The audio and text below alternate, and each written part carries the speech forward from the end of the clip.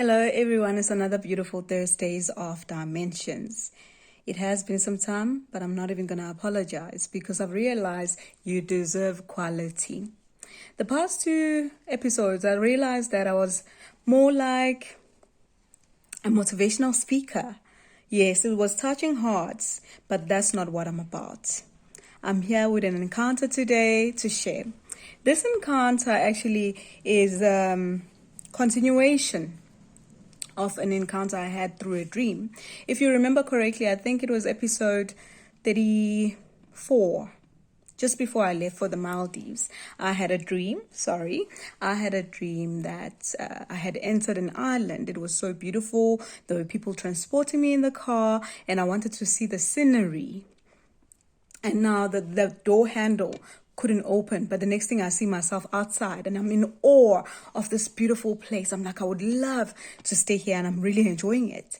But when I got to the shore, there was a big tall wave that was sort of coming my way. But with seeing this deep, dark navy wave, I was like, it was as if we knew each other. I was like, not now, wait for me. And then later when I got to Maldives, I realized it was talking about the island life that I was living. And the wave was actually meaning what would happen later. So I'm back with that now. So anyway, some of you who go through my post will realize I did share the experience, but I just want to delve in deeper. So just before I left Maldives and come back home, I spent like 6 months there and then I came back. So what happened was I was almost swallowed by the ocean. I'm very naughty because I love the sea, I love water, but we need to respect water. So I remember the first island I was on, I had friends, my Muslim friends. They kept on saying, Togo, we don't swim after the sun sets. So I'm like, okay, comply, girl, comply. This is not South Africa. They explained it about the jinns and all of that. So I'm like, I'm going to respect. I'm not special either here. I'm still human. So anyway, I was respecting that all along until that day we were actually doing some sports and we got excited. The next thing we went straight into the water. Guys, when I go into the ocean, I always look where the current is going. It's just a thing that I always do. The current was actually heading east. I know that for sure. The nice thing is the waves of Maldives are not too harsh like the Durban waves or the Cape Town waves. So you can actually see properly which way it's going. So it was going east. But the moment we all entered in joy that everybody wanted was a draw, it was as if we are being pulled to the south.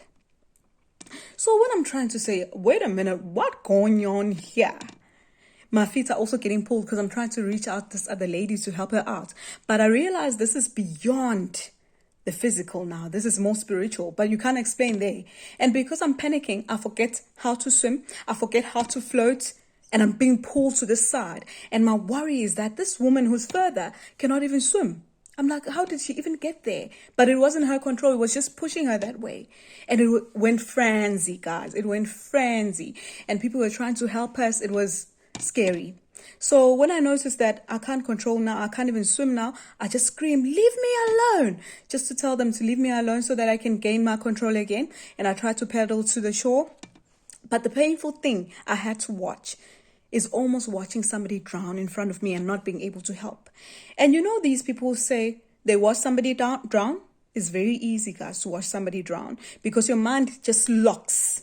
It literally locks. You don't think of calling somebody, but luckily our boss said she'll call somebody. And then I was like, Lord, so to die, it is that easy. To die, to perish is just that easy. You say you love water, Coco. You say you love water, but water can take your life to show you its love, you know. So anyway, when I connected now to the dream that I had, the wave was ready to take me. But now, I'm a bit pedantic about sharing about water as an essence. You know, in our scriptures, in the book of Genesis, it talks about there was darkness and there was Spirit of God hovering over the waters. So water was there and darkness was there. So with that whole thing happening spiritually, it just taught me something else, that we need to respect Mother Nature. We really need to respect. As much as you can love it, you need to respect. And that gave me a chance to actually look deeper into what Muslims actually believe in terms of the jinns and all of that. And it has taught me so much.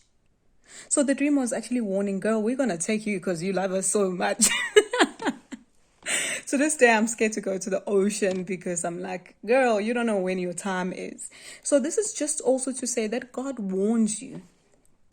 And the fact that in the dream I was like, please, I'm not ready, I don't want to go. It means the sea was listening because it went down after that. And the fact that it was an island life is because I've never been on an island. Maldives was the first island I was at. So that showed me the power of God, that God, through nature, without your speech, nature doesn't have the speech we have, but is able to communicate. That for me was too beautiful. So much that the same day I was shivering in fear, but I still had fun with friends just to say God is faithful. Thank you so much, guys. Share your ideas. You can ask questions. I'll just continue with the encounters and we'll see where it takes us. Now and then I'll share some motivation, but deeper motivation, not something superficial. And then we'll take it from there. We're on 6 minutes. I don't want to take longer. Give me your ideas. What do you think about this experience?